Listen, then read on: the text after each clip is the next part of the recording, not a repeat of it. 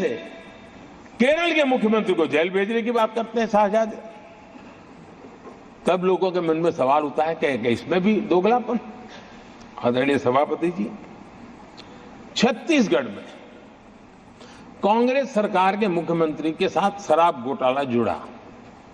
यही आप पार्टी वाले चीख चीख करके कहते थे कि ईडी सीबीआई को लगा दो और इस मुख्यमंत्री को जेल में डाल दो, खुलेआम कहते थे। और ईडी ये काम करे इसके लिए गुजारिश करते थे। उनको तब ईडी बहुत प्यारा लगता है। आदरणीय सभापति जी, ये आज जो लोग जांच एजेंसियों को बदनाम कर रहे हैं, हल्ला मचा रहे हैं, मैं जरा उनकी याददाश्त पर जोर डालना चाहिए, मैं ऐसा उनका आग्रह करता हूं। जांच एजेंसियों का पहले दुरुपयोग कैसे होता था, कौन करता था, मैं जरा बताना चाहता हूं। मैं कुछ बयान आपके सामने रखता हूं। ये पहला बयान है 2013 का। बयान क्या है? कांग्रेस से लड़ना आसान नहीं है, जेल में डाल देगी, सीबीआई पीछे लगा देगी।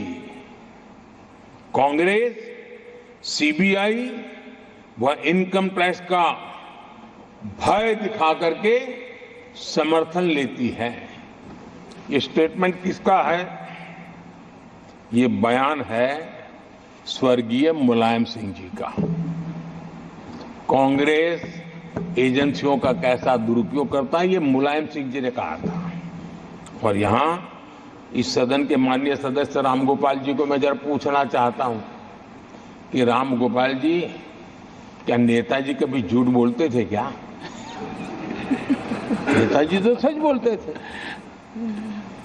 आदरणीय सभापति जी, मैं रामगोपाल जी को ये भी कहा जरा भतीजे को भी बताएं, क्योंकि उनको भी याद दिलाए कि राजनीति में कदम रखते ही भतीजे पर सीबीआई का फंदा लगाने वाले कौन थे, जरा याद दिला दें उनको, पता चलेगा। आदरणीय सभापति जी, मैं एक और बयान पढ़ता हूं। ये भी साल 2013 का है। The Congress had used the CBI to strike political bargains with many parties. और कौन कहते हैं? उनके कॉमरेड श्रीमान प्रकाश कराज जी ने यह कहा हुआ है, 2013 में कहा। एजेंसियों का कौन दुरुपयोग करता था? एक और महत्वपूर्ण स्टेटमेंट में पढ़ता हूं और मैं याद दिलाना चाहता हूं स्टेटमेंट क्या है कि सीबीआई पिंजरे में बंद तोता है जो मालिक की आवाज में बोलता है। ये किसी राजनीतिक व्यक्ति का बयान नहीं है, ये हमारे देश की सुप्रीम कोर्ट ने यूपीए सरकार के समय कहा हुआ बयान है।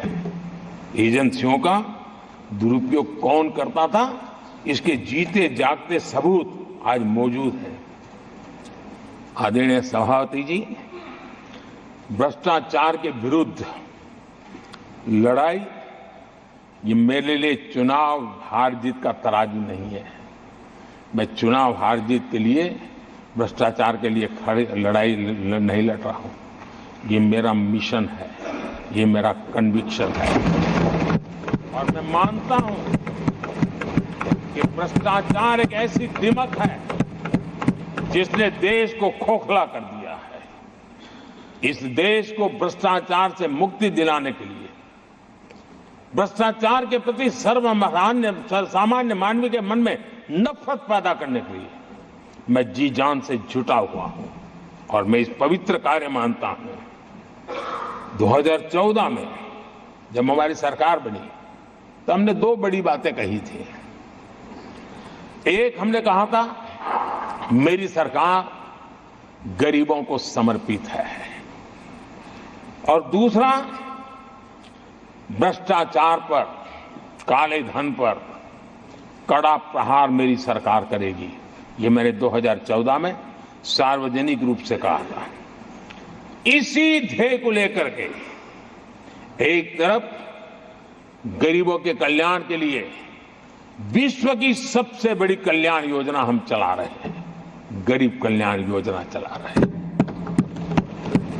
दूसरी तरफ भ्रष्टाचार के विरुद्ध नए कानून, नई व्यवस्थाएं, नए तंत्र हम विकसित कर रहे हैं। हमने भ्रष्टाचार निवारण अधिनियम 1988 उसमें संशोधन किया। हमने काले धन के खिलाफ एक नया कानून बनाया। बेनामी संपत्ति को लेकर हम नया कानून लेकर के आए। इन कानूनों से भ्रष्ट अधिकारियों पर भी कार्रवाई हो गई, लेकिन लीकेज हटाने के लिए हमने सकारात्मक रूप से गवर्नमेंट में भी बदलाव लाया। हमने डायरेक्ट बेनिफिट ट्रांसफर पर बल दिया।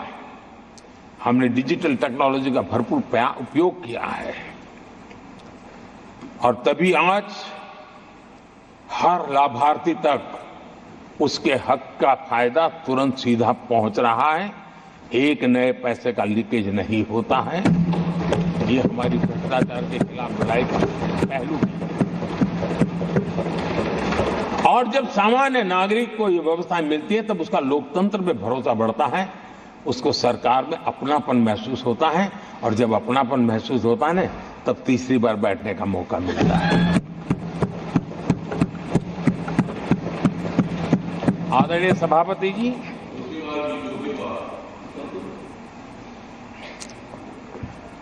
मैं निसंकोच रूप से कहना चाहता हूं, लाग लपेट नहीं रखता हूं और मैं देशवासियों को भी कहना चाहता हूं कि मैंने एजेंसियों को भ्रष्टाचार और भ्रष्टाचारियों पर कड़ों से कठोर कार्रवाई करने के लिए खुली छूट दे के रखी है।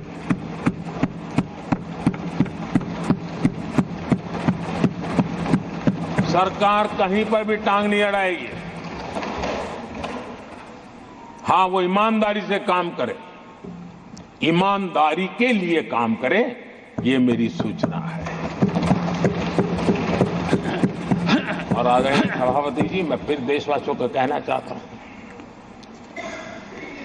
कोई भी भ्रष्टाचारी कानून से बच करके नहीं निकलेगा, ये मोदी की गारंटी है। आदरणीय सभापति जी, राष्ट्रपति जी ने अपने संबोधन में पेपर लीक को एक बड़ी समस्या बताया है।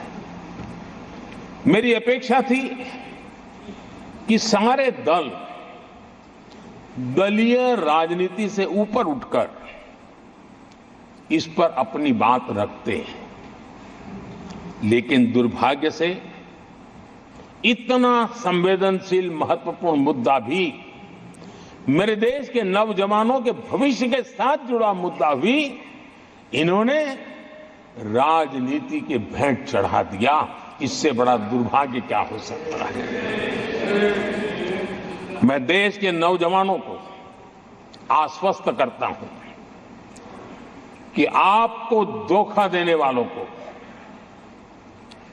ये सरकार छोड़ने वाली नहीं है। मेरे देश के नौजवानों के भविष्य के साथ खिलवाड़ करने वालों को सख्त से सख्त सजा मिले,